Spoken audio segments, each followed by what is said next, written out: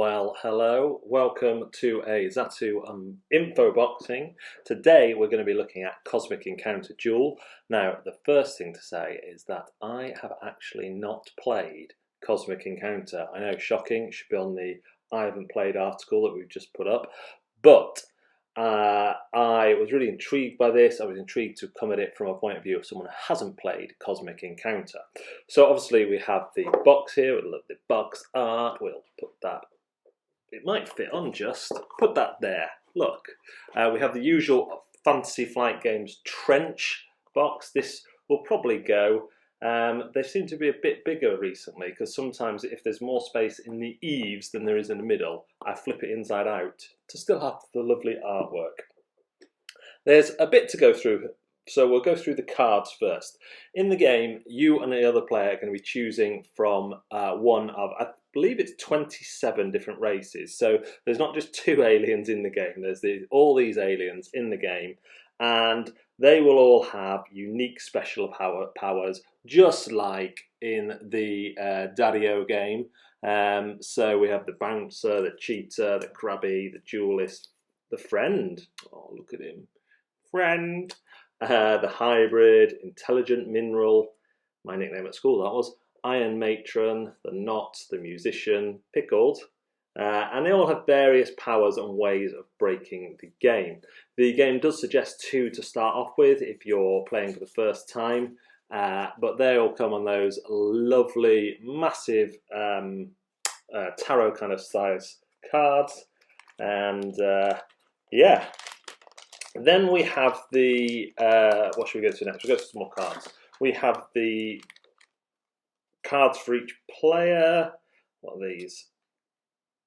Oh, those are some more events, aren't they? Yeah, I think they are. Put those over there. So each player will have, the reinforcements. We'll have a deck of cards with numbers on. And these are part of what's going to happen in your battle. You're going to play plan cards. So whenever you have a battle, the first thing you'll do is play one of your tactic standees, and you have 5 of these, and they all have different kind of numbers on. So you have attack and defend. So if I played this one, I would defend 3 ships against Orange's attack. So let's say Orange had played 2 attack. Normally, attack will remove your opponent's ships from a planet, but these occur before the plan card is rectified. So this can change what happens. So I would defend up to 3. Whereas if I'd have played it this way round, then Orange would lose 3 and I would lose 2. Or if Orange had played this way round, then they would lose just 1, because 3 take away 2 is 1. Once you've used one of those, it stays face up for everyone to see, the other player to see, until you play this one, which lets you regain 1 or 2 of your tactic cards, and this does not, sorry, your tactic standees, this does not get used, it does not get exhausted, so you will keep that, whatever. However, if you choose to regain 2 of your tactic standees, your opponent gets to regain 1 of them, or refresh 1 of them. So those are what those are for. The spinners, or the dials, are for assigning ships to battle. So whenever there's a battle over a planet, you will secretly choose between 1 and 4 ships, and add those to a planet. It might already have ships on, but you can add up to 4. However, the dial does go up to 8, so there must be some alien races that use the dial in another way. We'll keep those plan cards. What did I do with them? They're here. We'll keep the plan cards because I will go through battles again in a minute. I'll keep everything with battles, but these are various numbers. Sometimes you may want to lose for reasons. They don't just have numbers on. They all have absolutely ridiculous names, like the morphing 00, and this one has while your opponent has a revealed plan, this morphing has the value of the plan, otherwise it's 0. So when they reveal one, the morphing one takes on that ability. But we'll put those down by the tactics for now. We'll look at, what are these? These are tactics as well. So you can get more tactics in your hand from the reinforcement deck, and these tend to have more powers and let you do various things. They have the same backs because you've got to be able to shuffle those into your tactics deck. You then have 3 main decks. Now, I need to check the names of these. One's the event deck, one's the refresh deck, and one is the discovery deck. So we have the refresh deck here, the event deck here, and the discovery deck here. The gameplay loop is very simple. What you're going to be doing is drawing from the discovery deck for your first turn, and then every turn after that you'll draw from the next deck that these cards tell you to. So if we turn this over, we see that discover a new planet and have a duel there. So you would draw a planet from the planets cardboard here, and they'll have a type at the bottom there, and then you would have a duel there. The ship advantage, so the person who has the most ships gets a modifier to their plan cards, not to their tactics. Tactics happen before the plan, and then there is a prize for either the loser or the winner, which is why you may want to lose. The object of the game is to have control of 5 planets at the end of a turn.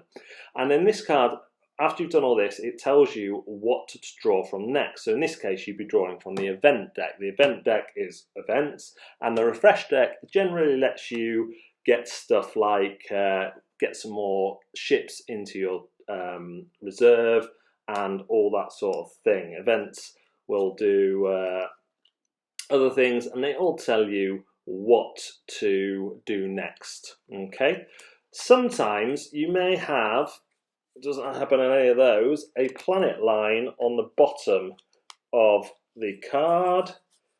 Does it happen on any of these? Ah, here we go, a planet line. So in this case, you will work your way along. So remember, the planets all have a little icon on. In this case, it's a green one. So you would go in this order. You would check to see if there is a planet, an orange planet. If there is, you'll do the effect on that one. Blue, so on and so forth. So these decks drive the game. They are what you're going to be working towards, and they direct you to the next deck to use. There are also allies in the game. You'll only have 3 of these in the game. There's 3 different types, as you can see from the back, and these will be whenever you can add friendliness to an ally or take away friendliness, you'll either move one of these closer towards you. So if your opponent is friendly with an ally, you can move them back to neutral, or you can move a neutral one into your friendship group, and they will give you extra powers. You can only have 1 ally at a time though, so you want to choose the one that helps you most, and they will start face down, and only be 3 of those each game. And as you can see, of each type there is a fair old number. The ships themselves are really gorgeous translucent things that stack up on each other. I really like these. You have orange and blue, they stack up, and you can easily see how many there is on a planet at a time, and because there's only 2 of you, the planets are big enough. There can be occasions where both of you will be on a planet without a duel. So these will go on there, like so, and they tell you who has control of a planet. This is the warp zone, which is effectively the ship graveyard. So ships that go here are destroyed, or they can come back to your supply through various in-game means. Does that fit in there? Yes, it does. So let's say we're having a battle over this one. What happens is each player will secretly select an amount of ships to go to the arena, then the planet, then they will secretly select one of their tactics that they have left, face to them, and then they will turn them round. And in this case, blue did a 4 attacks, so they would normally remove 4 ships, but orange played 2 defense, so only 2 orange ships would go, and that might affect the where was the one with the dual? The ship advantage. So let's say that now means that blue has the ship advantage. They'd get +9. They would both play one of their tactic cards face down and then reveal them. The player with the highest number from the ship advantage and the tactic card would then win that planet. So you go through the tactics and then you go through the plan taking into account the ship advantage. In this case, the winner has no prize. You don't get a prize. It's that party. So yeah, and that's it for the components. Oh no, there's the straggler. Oh, look at him! Look at this cat. So there's not a first player marker because really he can spin all the way around. Really, the game is simply drawing the next card from the. I don't know if these have a single. Destiny card. So drawing the next Destiny card is, and when you resolve the Destiny card, you just draw the next one.